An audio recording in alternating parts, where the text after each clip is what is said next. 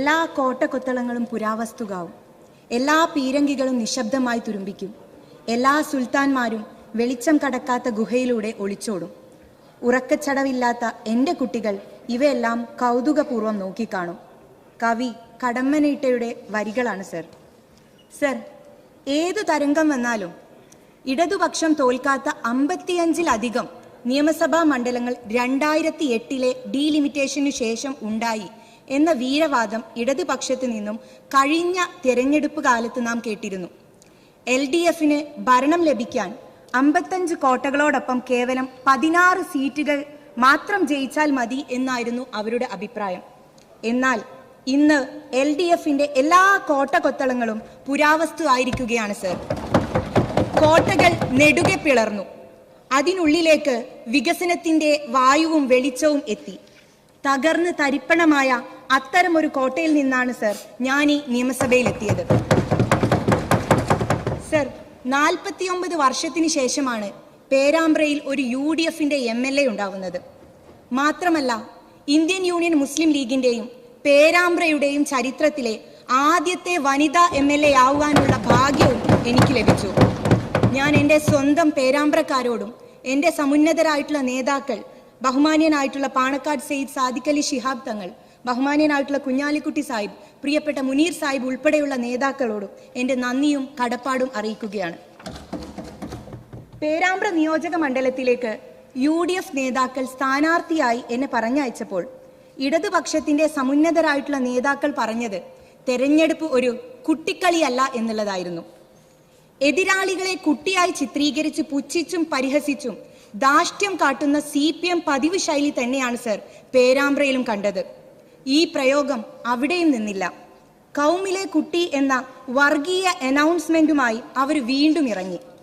ഒരു കാര്യം പറയാതെ നിവൃത്തിയില്ല സർ. നിതിൻ ഗഡ്കരി പെട്രോളിൽ എത്തനോൾ എങ്ങനെയാണോ കലർത്തുന്നത്, അതുപോലെയാണ് ഇന്ന് CPM കമ്മ്യൂണിസത്തിൽ വർഗീയത പകർത്തുന്നത്. ഉത്തരേന്ത്യയിൽ BJP എടുക്കുന്ന അപകടകരമായിട്ടുള്ള വർഗീയ പ്രചരണം അവർ കാഫിർ സ്ക്രീൻഷോട്ടിലൂടെ വടകരയിലും കൗമിലെ കുട്ടി എന്ന അനൗൺസ്മെന്റിലൂടെ പേരാമ്പ്രയിലും പുറത്തെടുത്തു. നിനക്കൊന്നും അറിയില്ല, നീ കുട്ടിയാണ് എന്നുള്ള ഒരു സിനിമ, നാട്ടുരാജാവ് സിനിമയിലെ മോഹൻലാലിന്റെ കഥാപാത്രമുണ്ട്. ആ കഥാപാത്രത്തിന് തുല്യമായി ഫ്യൂഡൽ മാടമ്പികളോട് വിട്ടുവീഴ്ചയില്ലാത്ത നിലപാട് സ്വീകരിക്കാൻ ഇടതുപക്ഷ രാഷ്ട്രീയത്തിൽ വ്യക്തതയുള്ളവരാണ് സർ എൻ്റെ പേരാമ്പ്രയിലുള്ള ഇടതുപക്ഷക്കാർ എന്നുള്ളത് കൂടി ഞാൻ അറിയിക്കുകയാണ്. വർഗീയപരമായി ആക്ഷേപിക്കാൻ തുടങ്ങിയപ്പോൾ എന്നെ ചേർത്ത് പിടിച്ച ഒരുപാട് ആളുകളുണ്ട്. അവിടുത്തെ അമ്മമാരുണ്ട്, സഹോദരങ്ങളുണ്ട്. ഇനിയും ഗതാഗത സൗകര്യം പോലും എത്തിയിട്ടില്ലാത്ത വീടുകളിൽ താമസിക്കുന്ന ഒരുപാട് കുടുംബങ്ങളുണ്ട്. വർഗീയത തള്ളിക്കളഞ്ഞ പേരാമ്പ്രയിലെ നല്ലവരായിട്ടുള്ള കമ്മ്യൂണിസ്റ്റുകാരുണ്ട്. അവരുടെ എല്ലാം പ്രതിനിധിയാവാൻ എനിക്ക് ഈ സർക്കാരിനോടൊപ്പം നിൽക്കണം എന്നുള്ളതാണ് ഞാൻ ആഗ്രഹിക്കുകയും പ്രാർത്ഥിക്കുകയും ചെയ്യുന്നത്.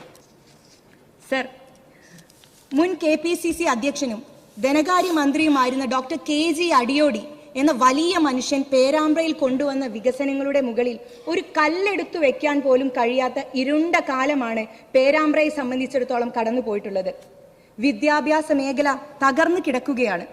അടിയോടി സാറിന്റെ കാലത്ത് കൊണ്ടുവന്ന ഒരു ഉന്നത വിദ്യാഭ്യാസ സ്ഥാപനമല്ലാതെ മറ്റൊന്നും ഞങ്ങളുടെ നാട്ടിലേക്ക് ഒരു വിദ്യാഭ്യാസ സ്ഥാപനമായി, ഗവൺമെന്റ് സ്ഥാപനമായിട്ട് വന്നിട്ടില്ല. ടൂറിസം മേഖലയ്ക്ക് വലിയ സാധ്യതയുള്ള പ്രദേശമാണ് പേരാമ്പ്ര. മുൻ ടൂറിസം മന്ത്രി ഞങ്ങളുടെ ജില്ലക്കാരനായിട്ടും LDF കൺവീനറുടെ മണ്ഡലത്തിലെ ഈ പിന്നോക്കാവസ്ഥ പരിഹരിക്കാൻ അദ്ദേഹത്തിന് യാതൊരു നടപടിയും എടുക്കാൻ സാധിച്ചിട്ടില്ല എന്നുള്ള അക്ഷന്തവ്യമായ കുറ്റം പേരാമ്പ്രക്കാരുടെ മനസ്സിൽ നീറിപ്പുകയുന്നുണ്ട് സർ. ഈ ബഡ്ജറ്റിലെ മറ്റൊരു ശ്രദ്ധേയമായ പ്രഖ്യാപനം നമ്മുടെ സ്കൂളുകളെ വിദ്യാർത്ഥിനി സൗഹൃദമാക്കുമെന്നുള്ളതാണ്. ആർത്തവ അവധി നമ്മുടെ സമൂഹം ആഴത്തിൽ ചർച്ച ചെയ്ത് കഴിഞ്ഞു.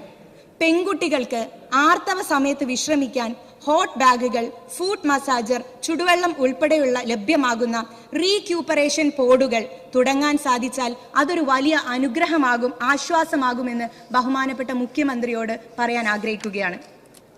സർ, സെൽഫി എടുക്കാൻ വരുന്ന ചെറുപ്പക്കാരെ തട്ടി ഓടിക്കുന്ന മുഖ്യമന്ത്രിയെ പ്രതിപക്ഷത്തിരുത്തി ആ കസേരയിൽ ഒരു പൂക്കി മുഖ്യമന്ത്രിയെ കൊണ്ടുവന്ന ഡിജിറ്റൽ സാക്ഷരതയുടെ മനുഷ്യരാണ് സർ നമ്മുടെ നാട്ടിലുള്ളത്.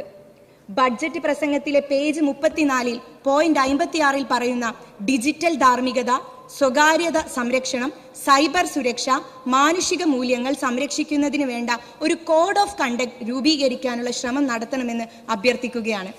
സ്വകാര്യതയിലേക്ക് കടന്നു കയറുന്ന ഓൺലൈൻ മീഡിയകളെ റെഗുലേറ്റ് ചെയ്യാനുള്ള നയം കൂടി സ്വീകരിക്കണമെന്ന് ഞാൻ ആവശ്യപ്പെടുന്നു. ഇപ്പോൾ കോഴിക്കോട് നിന്നും കുറ്റ്യാടിയിലേക്കുള്ള റോഡ് ഒരുപാട് വളവുകളും കയറ്റിറക്കങ്ങളും ആവശ്യത്തിന് വീതിയുമില്ലാത്തതുമാണ്. കുറ്റ്യാടിയെയും കോഴിക്കോടിനെയും ദേശീയപാതയെയും ബന്ധിപ്പിച്ച് ഒരു 4 വരി പാത വന്നാൽ ചരക്ക് നീക്കം സുഗമമാകും. അതുവഴി ആ മേഖലയിലെ വ്യവസായങ്ങൾക്ക് പുത്തൻ ഉണർവേകാൻ സാധിക്കും. നേരത്തെ മുൻ അംഗം, എനിക്ക് മുമ്പേ സംസാരിച്ച മുൻ അംഗം നിപ്പയെ കുറിച്ച് സൂചിപ്പിക്കുകയുണ്ടായി. സർ, കഴിഞ്ഞ ദിവസം നിപ്പയെ സംബന്ധിച്ച് ഈ സഭയിൽ ചർച്ച നടക്കുകയും ബഹുമാനപ്പെട്ട ആരോഗ്യമന്ത്രി അവയ്ക്ക് മറുപടി പറയുകയും ചെയ്തതാണല്ലോ. കേരളത്തിൽ ആദ്യമായി നിപ്പ റിപ്പോർട്ട് ചെയ്യപ്പെട്ട മണ്ഡലമാണ് പേരാമ്പ്ര. നിപ്പ വന്ന് മരണത്തിന് മുന്നിൽ കീഴടങ്ങിയ സഹോദരങ്ങളുള്ള ഒരു ചെറുപ്പക്കാരനുണ്ട് സർ ഞങ്ങളുടെ നാട്ടിൽ. കുടുംബത്തിന്റെ മുഴുവൻ ഭാരവും പേറി വിദേശത്തേക്ക് ജോലിക്ക് പോയ മുത്തലിബ് എന്ന ആ ചെറുപ്പക്കാരന്റെ കുടുംബത്തെ സംരക്ഷിക്കാൻ അന്നത്തെ സംസ്ഥാന സർക്കാർ തയ്യാറായിട്ടില്ല. നമ്മുടെ നാട്ടിൽ ആദ്യമായി നിപ്പ വന്ന് ഒരു വീട്ടിലെ 2 പേർ മരണപ്പെട്ടിട്ടും അവർക്ക് വേണ്ടതൊന്നും ചെയ്യാൻ ഇപ്പോൾ നടന്നു വരുന്ന നിപ്പ പ്രതിരോധ പ്രവർത്തനങ്ങളെ അട്ടിമറിക്കാൻ ശ്രമിച്ച LDFന്റെ ക്രൂരതയ്ക്ക്, എമ്പതി ഇല്ലായ്മയ്ക്ക് കേരളത്തിന്റെ പൊതു മനസാക്ഷി മാപ്പ് നൽകില്ല സർ. എമ്പതിയെ പറ്റി പറയുമ്പോൾ ഞങ്ങളുടെ ഉമ്മൻചാണ്ടി സാറിനെ കുറിച്ച് എങ്ങനെയാണ് സർ പറയാതിരിക്കുക? കഴിഞ്ഞ 10 വർഷം കൊണ്ട് കേരളത്തിന് കൈമോശം വന്ന രാഷ്ട്രീയ സംസ്കാരത്തിൽ ഏറ്റവും പ്രധാനപ്പെട്ടത് ഈ നാട്ടിലെ ജനങ്ങൾ അനുഭവിക്കുന്ന ഭരണപരമായിട്ടുള്ള അനാഥത്വമായിരുന്നു. കവളപ്പാറ ദുരന്തമുഖം സന്ദർശിക്കാതെ ഒളിച്ചോടിയ, ഓഖി ദുരന്തബാധിത പ്രദേശത്ത് പോകാതിരിക്കുകയും പിന്നീട് പോയപ്പോൾ ജനങ്ങൾ കൈകാര്യം ചെയ്യുകയും ചെയ്ത ഒരു മുഖ്യമന്ത്രിയാണ് കഴിഞ്ഞ 10 വർഷം കേരളത്തിന് ലഭിച്ചത്. മുഖ്യമന്ത്രി സന്ദർശിച്ചാൽ എന്ത്, സന്ദർശിച്ചിട്ടില്ലെങ്കിൽ എന്ത് എന്ന അവസ്ഥയായിരുന്നു ഈ നാടിന്. ഭരണപരമായിട്ടുള്ള ഈ അനാഥത്വത്തിന്റെ പരിഹാരമാണ് സർ UDFന് ലഭിച്ച ഈ മാൻഡേറ്റ്. ഈ തിരിച്ചടി വാങ്ങി 30 ദിവസം തികയുന്നതിന് മുമ്പ് ആരോഗ്യമന്ത്രി കോഴിക്കോട് സ്റ്റേഷൻ ചെയ്ത് പ്രവർത്തിച്ചിട്ടില്ല എന്ന ആരോപണം ഉന്നയിക്കണമെങ്കിലും ചില്ലറ രാഷ്ട്രീയ അന്ധതൊന്നും പോരാ മാഡം. അർത്ഥശങ്കയ്ക്കില്ലാത്തയിടത്തോളം ഒരു കാര്യം പറയാൻ ആഗ്രഹിക്കുകയാണ്. മഹാത്മാഗാന്ധിയുടെ പാദങ്ങൾ പതിഞ്ഞ മണ്ണാണ് എന്റെ പേരാമ്പ്രയുടേത്. മതേതര ഇന്ത്യയുടെ പ്രതീക്ഷയായിട്ടുള്ള ശ്രീ രാഹുൽ ഗാന്ധി നേരിട്ട് വന്ന് നയിച്ചാണ് ഈ തെരഞ്ഞെടുപ്പിൽ ഞാൻ വിജയിക്കുന്നത്.